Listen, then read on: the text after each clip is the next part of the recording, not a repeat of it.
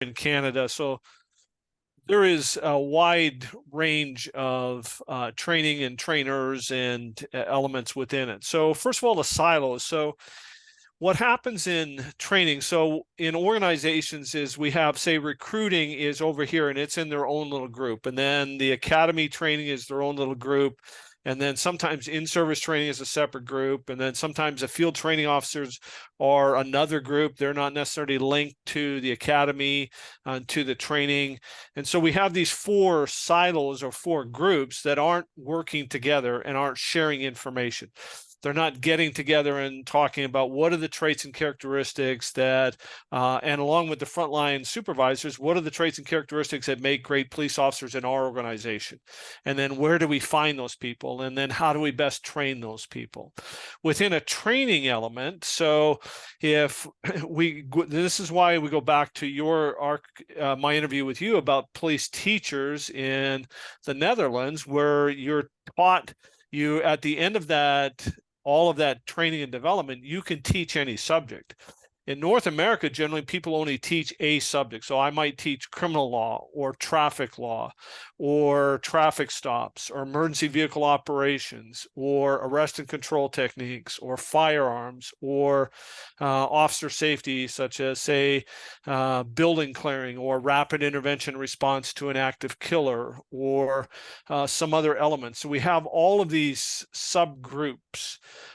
So if you were to imagine, say, a standard classroom, and you have 8 or 10 people seated at tables in the classroom, there is a gap or a space between each of those people. If each of those people represent one of those silos, there's stuff that falls through the gaps. We have training gaps, because I think that you're teaching it. You think that Mario's teaching it. Mario thinks that Sally's teaching it. Sally thinks that Brian's teaching it, and nobody's teaching it. And then we get them together in scenarios, say at the end, some high fidelity scenarios at the end of training, and there's things that they're not doing, and then we're mad at them. So let me just give you a simple example. Somebody from a large training academy at a conference a few years ago was talking about when they get officers in these high fidelity scenarios at the end of training, the trainers were very frustrated that none of the officers were using their radios. So I knew the presenter. So the question I have is, where do you teach radio use and how often do you teach it? Radio use should be woven into everything that we do. When I'm in arrest and control tactics, after I've got control of a subject, I should get on the radio and call it in. On the range, after I'm finished this string of shots, I should get on the radio and call that in. But we do a 2-hour block somewhere in an isolated format on radio protocols, and they never use a radio throughout their training, and then at the end we wonder why. Or we do a 2-hour block on breathing, which is just an educational session, and then we wonder why people aren't using whatever breathing techniques we're teaching. So what we need to do is break down these silos. So some groups are starting to do that, where they're creating comprehensive, at least use of force instructors. So they can teach all elements around use of force and tactics and those elements. But not everybody's doing that. And a lot of times the scenarios that the tactics or the use of force people run, in the debriefings, they're not talking about the legal issues because the legal people aren't there. There's a separate group that teaches strategic communication. There's a separate group that teaches dealing with people with mental health issues. So we're not addressing these. So we need to break down those silos so we all know what everybody else is teaching and start to develop the abilities to teach more subjects, so that when the students are in class, we can help them understand that all of these things are interconnected. Yes. Everything that we teach is connected to everything else that we teach, but we need to connect those dots for them. Yes. Otherwise, they just collect these dots. So I need to know this to pass your class. I need to know this to pass Brian's class. I need to know this to pass this other class, but I don't understand how they connect. So that's the breaking down the silos in an organization and in training to create more comprehensive trainers. And then by default, we're going to do a better job of helping the students, because I'm going to be able to say, okay, in Eric's class the other day, you talked about this subject. Here's how this applies in this setting. And so we're starting to weave all of these things together rather than teaching them in isolation and then having the unrealistic expectation that the officer now out in the street in a high stress or a spontaneous event or a tense, uncertain, and rapidly evolving event, that they're all of a sudden going to be able to make all these connections, which is unrealistic. So that's what I mean by breaking down the silos. Yes. Can I ask you a little bit of topic without going into any detail? Yep. But you mentioned like the scenario simulation at the end of the training day. Eh? We also do it in Holland, also in emergency medicine. But I always wondered if there are better opportunities for the simulation, because what sometimes happens is that the scenario simulation training is at the end of the day. But if you fail, there is no how do you call it? No repetition, no remediation or no chance to make it right. So then we say, well, next time better. And I'm curious if you have any opinion about the timing of the simulation. I don't know if it is correct. I think they should be doing small simulations, what the DPSST in Oregon calls frag drills. So they're doing them every week. But I think we should be doing those throughout the academy, just little quick events that build on it, so that, because if we're just going to train in isolation and in silos, so this block of training is handcuff training, because that's the other thing we do, is we do blocked and siloed training. So this block is handcuffing, this block is OC, this block is taser. If we start to weave them all together, and if we're doing small simulations all the time where they're continually training in context, in environments that are similar to what it is that they're going to function in small slices of the game, then we build so that once we get to the latter part of training and now they're playing the whole game, then they're more comfortable in that. But if we're just going to train down here throughout the entire academy and then throw them into this, it's an unrealistic expectation that they're going to perform at a high level. Yeah. And when we started doing that years ago with the Calgary Police Service and started changing some of this so that they were in these, they were in small spaces, they were in different lighting conditions, they were in rooms with furniture, they were working with different people, they were working with different levels of aggression or resistance, and they're doing that all the time. Then we saw their competence and confidence grow. And then when they went to the bigger scenarios near the end, then we they were performing far better. I think imagery is a great way that we can have them imagine being in situations throughout training. And in 15 or 20 minutes, I can take a group of 20 or 24 recruits through a scenario that if I did that scenario on a scenario training day would take the whole day. And most of the day they would be sitting around doing nothing, waiting for their turn. I think we can do things with simulators where, say, we take half a class into a simulator, have them watch a situation on a simulator, and then say, just go make notes about what you noticed and make as detailed notes as you can. We bring the other half in, they watch a different scenario and they go and make notes. Then we bring them together. And then you sit down with me and you tell me what you remember from your scenario, and I tell you what I remembered. And then we watch the two scenarios and see how close we were. And then the trainers can start to guide what might be important for us to pay attention to. I think we need to teach them how to educate their attention and their intentions during training. We need to teach them where to look, not what to see. Because when I'm new, I don't know what's important and what's not. So I'm looking everywhere. And you, as an experienced officer, have a very narrow focus of attention because you know what's important. So we could do those little things throughout training to help them to understand what to pay attention to, and we can educate their attention and their intentions with that scenario. And then again, once they get into the bigger scenarios at the end, then they have a better understanding of what's important and what to pay attention to, because attention is a limited commodity. So great. Well, great. Thank you for that. And I quickly remind myself about some things you say. You talked about the fragment. What did you call it?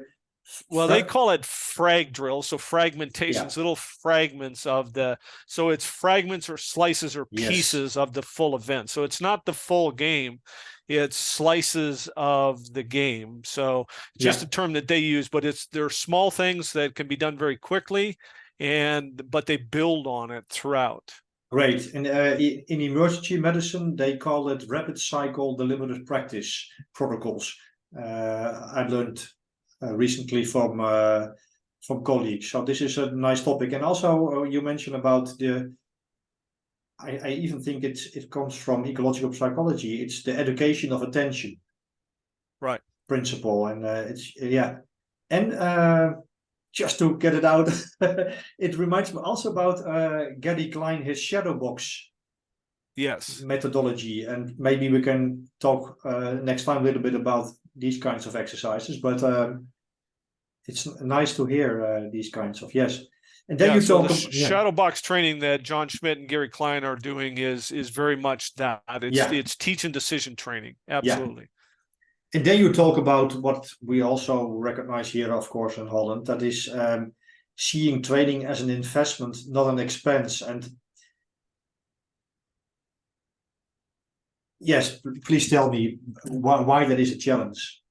So I think one of the complaints you hear from law enforcement people around North America is when training budgets get cut, one of the first things to go, or when department budgets get cut, one of the first areas to get cut is training, because they see training as a line item in the budget as an expense, because good training can be, it doesn't have to be, but it can be expensive. But what we need to do is think about it as an investment. So when we're doing training for our officers, we're investing in their skills and their abilities, and we're investing in them and the return on investment, it comes in their performance out on the street and their interactions with members of the community, where we're reducing some of that risk, we're reducing some of the complaints, reducing some of the liability to the organization, because we have well-trained, competent, confident officers out in the street. But again, it starts with investing in training our trainers. So rather than just sending a new trainer on a 40-hour instructor development course, which teaches maybe a few fundamentals, and then they might get a 40-hour course to be a firearms instructor or a defensive tactics instructor or an emergency vehicle operations instructor, we need to be willing to invest the money to send them to training continually, to bring in training on a regular basis, to train them, to buy everybody copies of Make It Stick and get everybody to read it, invest the time to do the training on a regular basis. But we need to make sure that we get a return on investment. So if you're my supervisor and I'm going to the ILEADA conference, International Law Enforcement Educators and Trainers Association conference, a 5.5-day conference in St. Louis, you and I should sit down before I go, and you should have already looked at the syllabus of events and all the classes and said, look, Brian, these 3 courses or these 3 presentations, I think they directly speak to challenges we're facing as an organization. So I want you to make sure that you go to those. The rest of the time is up to you what you go to.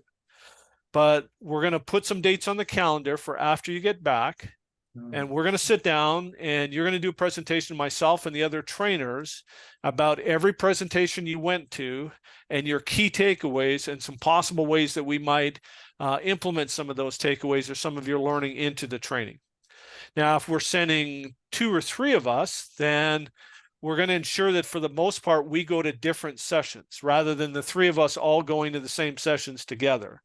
And if a session is offered twice and all 3 of us really want to go, well, 2 of us go to one session and the second one goes, or the third one goes to a different time it's offered, because those 2 presentations, same topic, but they're going to be different because the audience is different, questions are going to be different, engagement is going to be different. Yes. So every time somebody goes on a course or a conference, then we're having discussions. We give every trainer a copy of Make It Stick, and then we have discussions about the chapter. So every week we're going to talk about a different chapter. So now we're making the investment. We made the investment to give you this book or give you this training.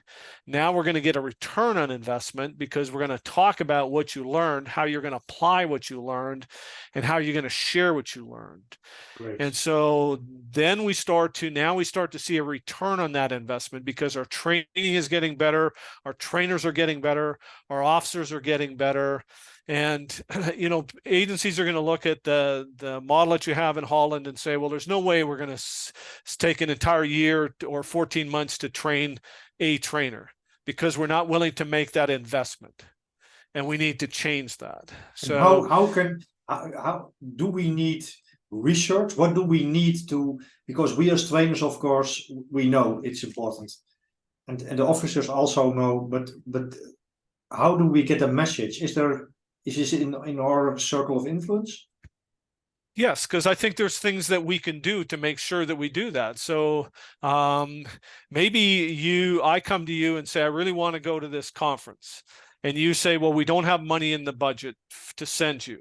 And I say, okay, well, I'm willing to pay my own way. Will you give me the time off? Will you let me go on company time?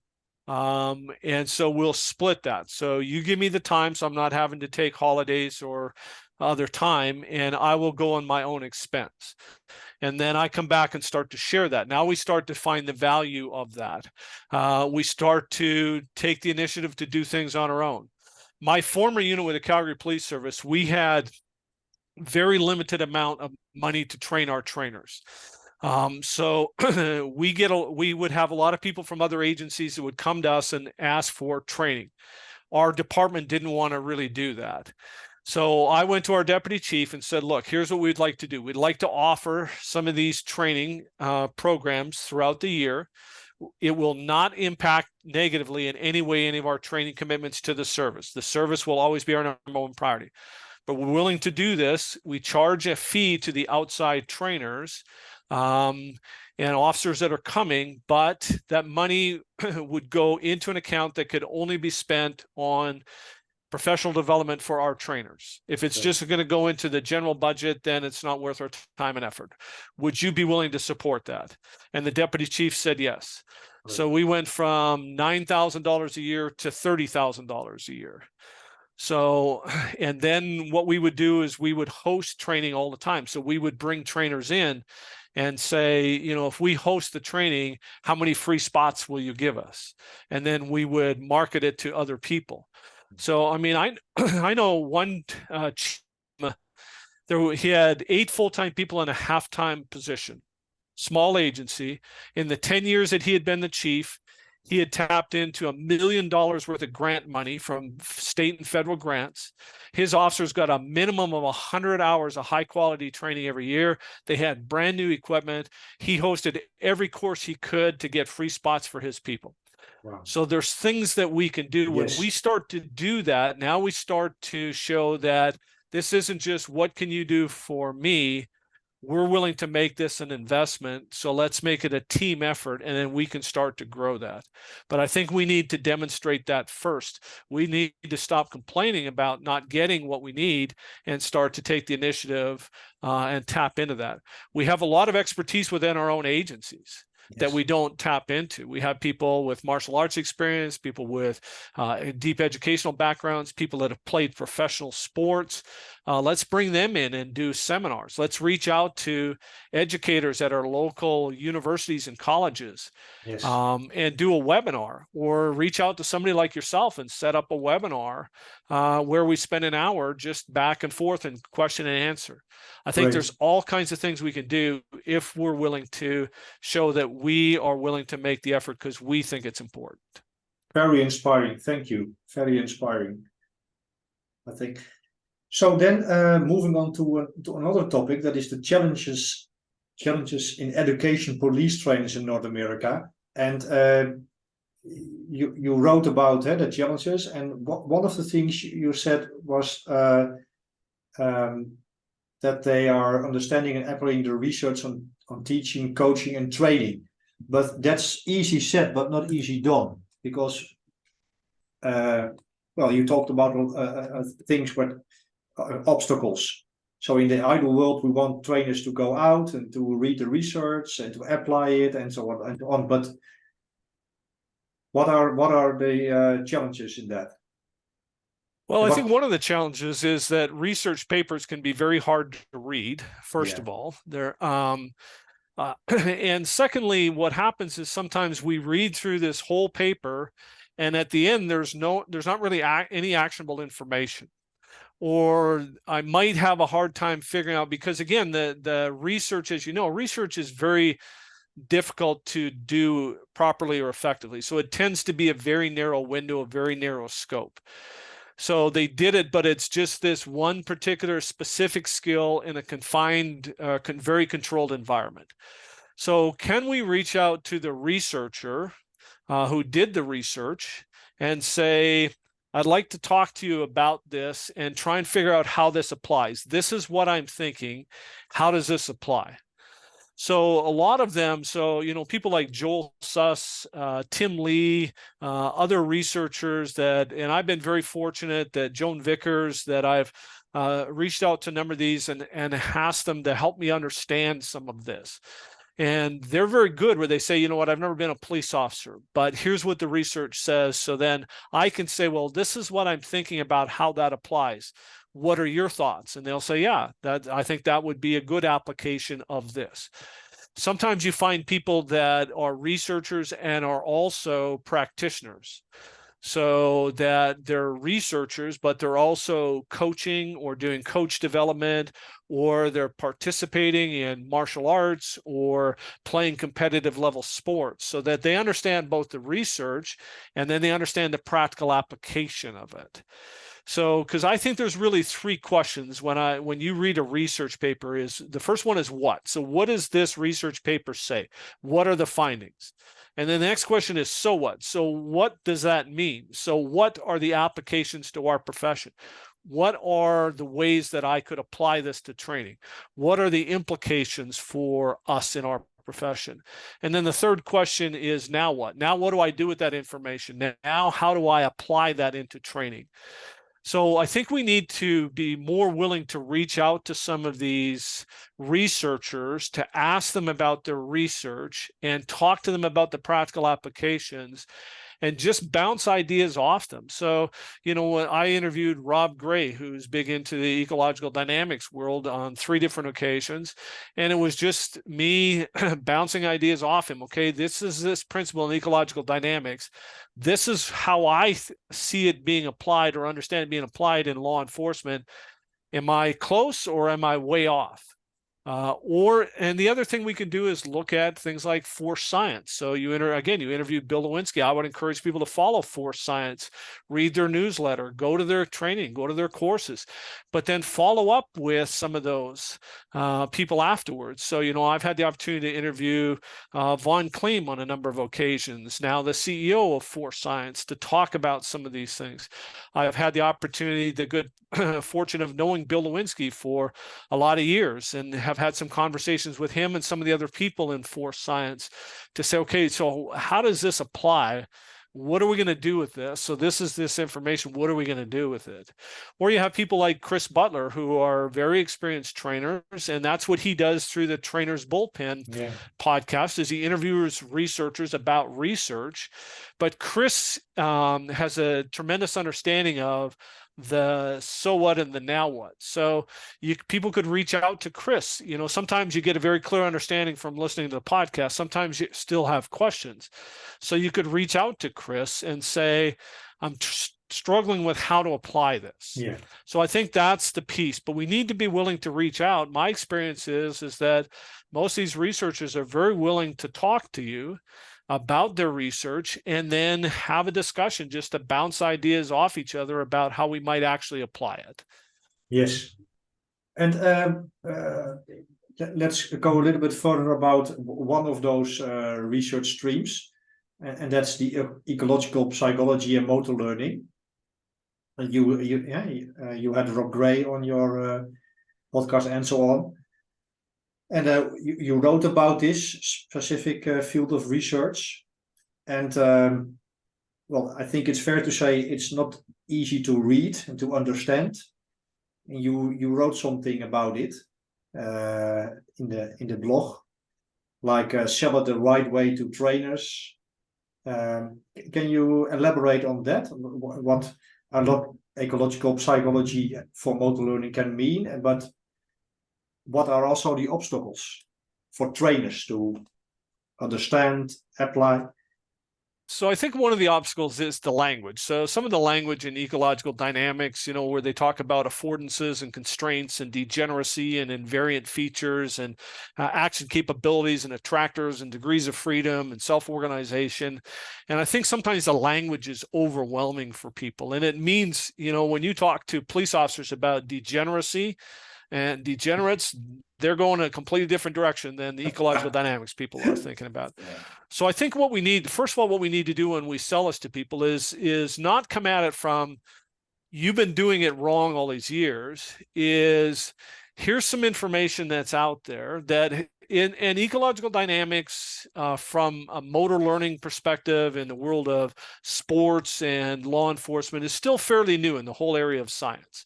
So here's some evolving research of some ways that we could address this from a motor skills and a motor learning and a skill acquisition, a skill adaptation perspective to enhance the way that we're teaching, to make it better, to help officers perform at a higher level out in the street.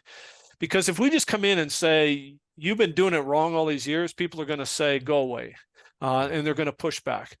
But because we've all done it in ways that are now that are perhaps less desirable.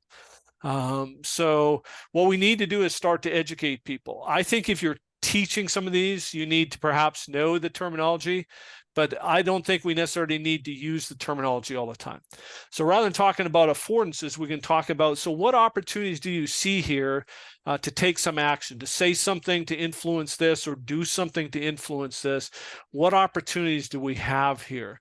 And when we talk about constraints, we do a lot of this already, where we might say, okay, simulate that you've been shot in your dominant arm. So your dominant arm is no longer useful. So now you need to fix this problem. Or you're having to fight out of this corner, or you're in this low light environment, or we're in somewhere where there's very little space to move, or there's a bunch of furniture or obstacles. We can look at some of these things and build some of these principles and concepts in. So I think it's a matter of doing some research and doing some reading and taking some training to understand some of this. And then what are some of the features? And then how can we start to apply this?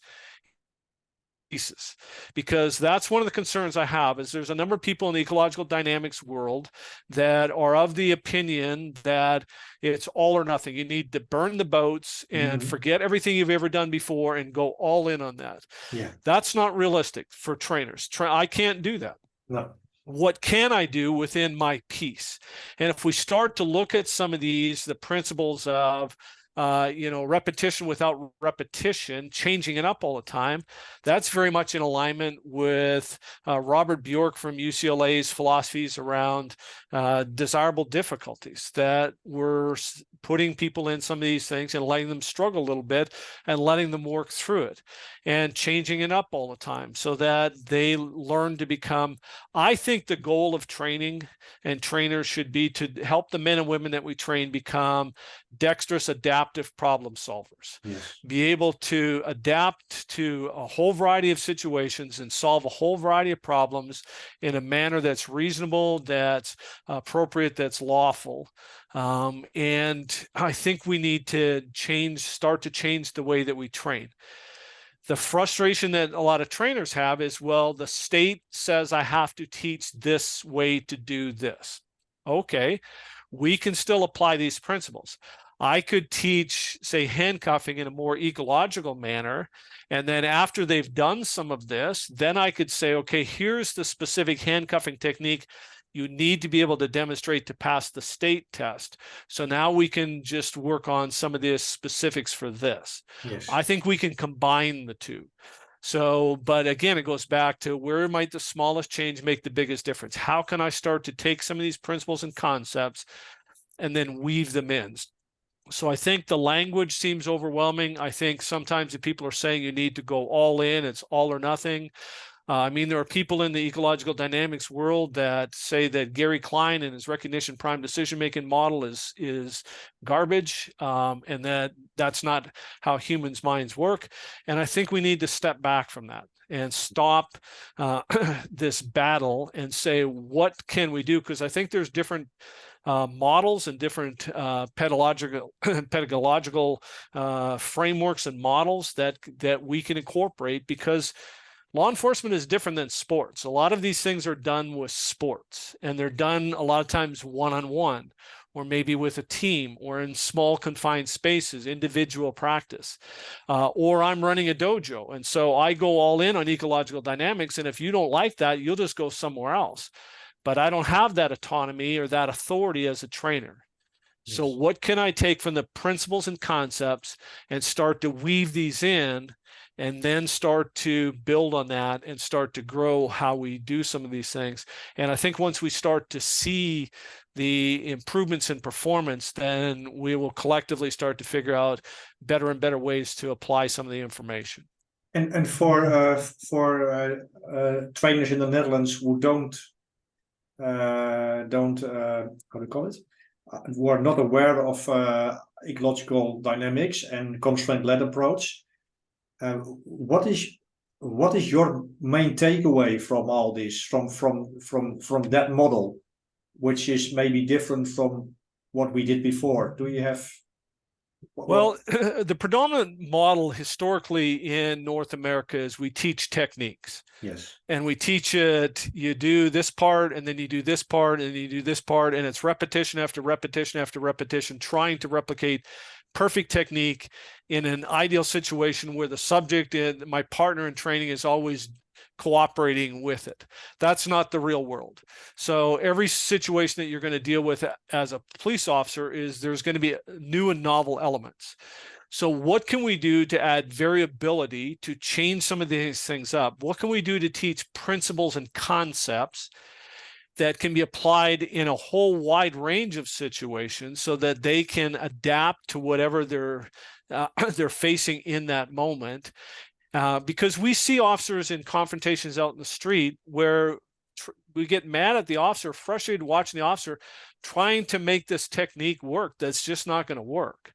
Yes. But if they understood principles of, say, balance, power, and mobility, or other basic principles, and how to apply them, now they could be that dexterous, adaptive problem solver. But we need to put them in situations and let them solve problems. And so I think if we train more in context, in the environments, we start to add elements of the environment that they're going to face out in the street. Yes. We start to interweave or interleave these different elements, that you're never just going to use one technique.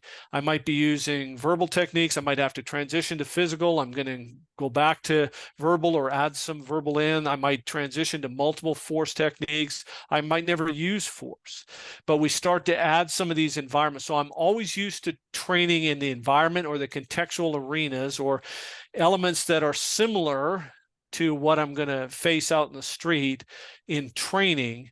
And now we start to build that ability to solve problems, to think, yes. To be those, because again, decision making is a skill, critical thinking is a skill, problem solving is a skill. We need to teach these skills and help them, put them in situations and let them work through it. And we can guide them. We can help educate their attention and their intention and guide them through this. We're not just going to let them flounder and fail. And it's going to be a building block, a progressive format. But I think if we think about training in context, and we think about adding that variability where we're continually changing it up so they're having to solve problems, rather than just doing repetition after repetition after repetition. So in firearms training, rather than me just standing on the range, always standing flat-footed and drawing and shooting at a paper target, I might do a little bit of that at the start, but then all of a sudden, everything else should be move, draw, shoot, move, draw, shoot. We might not have to shoot as many live rounds. We might start using SIRT pistols or other things where I'm dealing with another human being and we're incorporating decision-making into that, rather than just these are shooting things and somebody else is going to worry about the decision. And so I think that we need to start figuring out small ways that we can change some of this, but to make it small slices of the game, and they're continually training in the environments that they're going to have to function in, or environments that are similar, cognitively close enough, as Brian Marin and Greg Williams would say, cognitively close enough for the officer so that those abilities will transfer out into the field to be able to solve problems out in the field. It also reminds me a lot about schema theory from Smith and the variability of training, but maybe I'm not an expert in it, so I don't know. And I don't know, is this, what is different between these models? Of course, there's difference, but with regard to variability. Well, I think a lot of people have been talking about variability, but what happens is if we get into an argument, if you're an ecological dynamics person and you think I'm, say, an information processing person, then we get into this debate about you're wrong and I'm right. Maybe we're both right. Why does it have to be one or the other? What if it could be both and? So what if there's times where I have the ability, I have the gift of time and distance, and I have the ability to think through and make decisions. And so I'm relying on some of those mental models and those frameworks. So if we're going to contain this house, say where there's a barricaded gunman, and you say, I want you to set up containment and cover the 1-2 on the 1-2 corner and cover those sides, and somebody else is going to go and cover the 3-4 corner. That I have a model, I know what that means. I know how we number the 4 sides of that building, 1, 2, 3, 4, or A, B, C, D, or color code or whatever. But then there's going to be other times where we're in this event and it's continually evolving and I'm reacting. And that's one of the things that I think is very valuable out of the ecological dynamics world, is this continual interaction between the performer, the officer, the task, and the environment, and that my actions are influencing the environment and their actions are influencing the environment and my actions. And it's this constant interaction.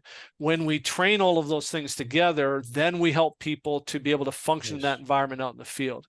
So I think we need to step back from this group is right and this group is wrong, and say, what are the key elements that we could take from this to enhance our training and to improve some of these particular areas. So I think we just need to step away from fighting over things and realize that some of these, there's a lot of overlap. There's a lot of similarities between some of these things. There's going to be small nuances.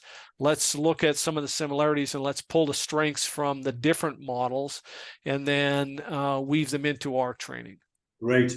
We have 1 minute, and I will send you another link if you want to close it off. It remembers me of Richard Smith himself. I posted it lately about him saying that he stopped with his research because exactly of this, because he became tired of all those camps who are fighting each other. And it was, So thank you again. And I think if you look at a lot of the work of Schmidt and Lee and others, there's certainly a lot of overlap with what people in the ecological dynamics world are saying as well. So absolutely. Is it okay if I send you another link? Then we can. So I stop for this then.